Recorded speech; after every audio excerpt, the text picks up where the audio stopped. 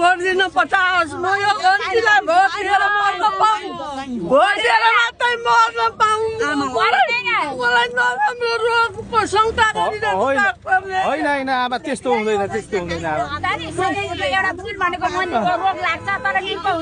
हुन्छ घरले खानु के भन्नुहुन्छ आमा अब यहाँ र्यालीमा पनि आउनु भएको छ बिरामी भइ होइन खुसी भएर मैले अहिले भोट दिन पाइन मऱ्यो भने नि अहिले दिएँ मैले भोट